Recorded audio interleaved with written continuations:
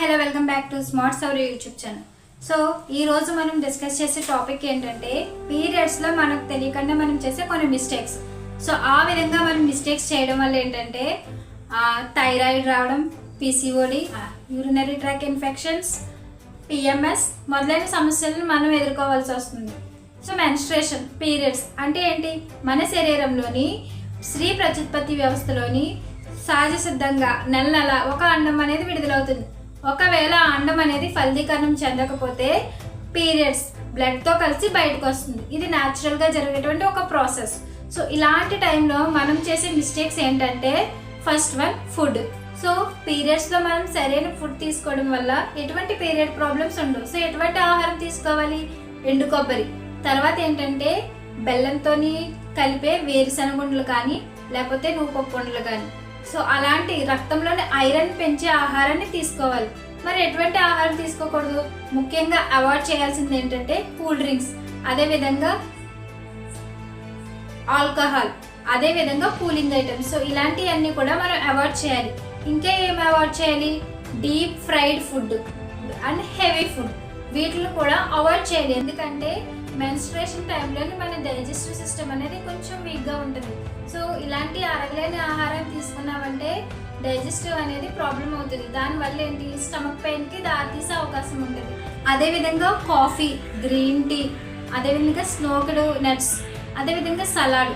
So ఇలాంటివి కూడా తీసుకోవడం వల్ల ఏమవుతుందంటే మనకి స్టమక్ పెయిన్ వచ్చే అవకాశం ఉంది. కాబట్టి సాధ్యమైనంత వరకు వీటిని కూడా అవాయిడ్ చేయడం మంచిది. అసలు పిఎంఎస్ అంటే ఏంటంటే మనకి పీరియడ్స్ వచ్చే ముందు కనిపించే కొన్ని లక్షణాలు: వామిటింగ్ అవడం, స్టమక్ పెయిన్ మొదలైనవి. ఈ పిఎంఎస్కి ఏంటంటే మన బాడీలోని మెగ్నీషియం అనేది తక్కువగా ఉండడం. సో ఈ మెగ్నీషియం లెవెల్ తగ్గించేవి ఏంటంటే కూల్ డ్రింక్స్ అండ్ ఆల్కహాల్. ఈ మెగ్నీషియం లెవెల్ పెంచేవి ఏంటంటే గ్రీనీ వెజిటేబుల్స్. సో ఈ టైంలో మనం ఖచ్చితంగా లీఫీ అండ్ గ్రీనీ వెజిటేబుల్స్ తీసుకోవాలి. పీరియడ్స్ టైంలోని గ్రీనీ వెజిటేబుల్స్ తీసుకోవడం వల్ల ఏమవుతుంది? పిఎంఎస్ కంట్రోల్ అవుతుంది. అదే విధంగా మనం నమ్మినా నమ్మకపోయినా టర్మరిక్ వాటర్ అంటే పసుపు కలిపిన నీళ్లు తీసుకోవడం వల్ల ఏంటంటే స్టమక్ పెయిన్ తగ్గే అవకాశం ఉంది. అదే విధంగా జింజర్ కూడా ఏంటంటే మనకి పీరియడ్స్ లో వచ్చినటువంటి కొన్ని ప్రాబ్లమ్స్ ని కంట్రోల్ చేస్తుంది.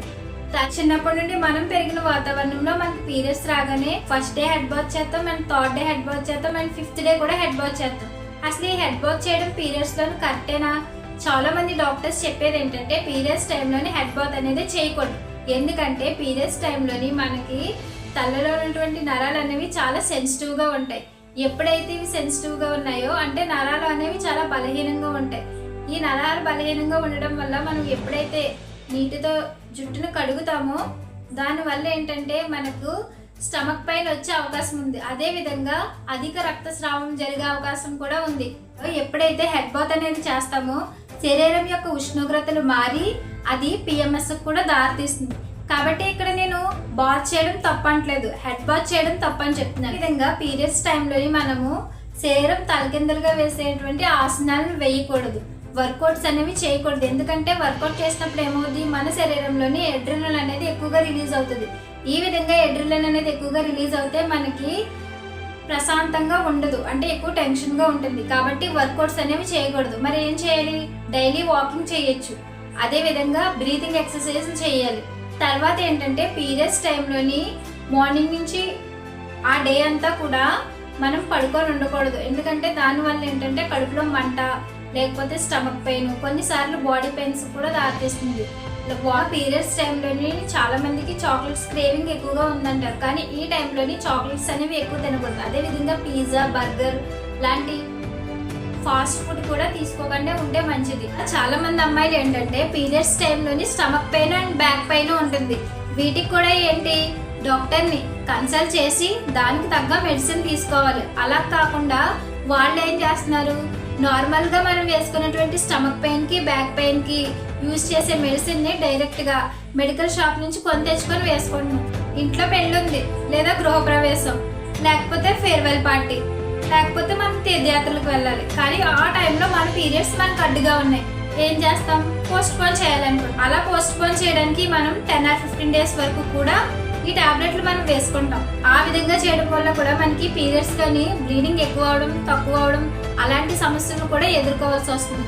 కాబట్టి మన ఆరోగ్యం పట్ల మనమే జాగ్రత్త తీసుకోవాలి. ఫ్యూచర్లో పెళ్ళి అయిన తర్వాత ప్రెగ్నెన్సీ అనేది కన్ఫర్మ్ అవ్వడం లేట్ అవుతే ఎదుర్కోవాల్సిన పరిస్థితులు చాలా భయానకరంగా ఉంటాయి.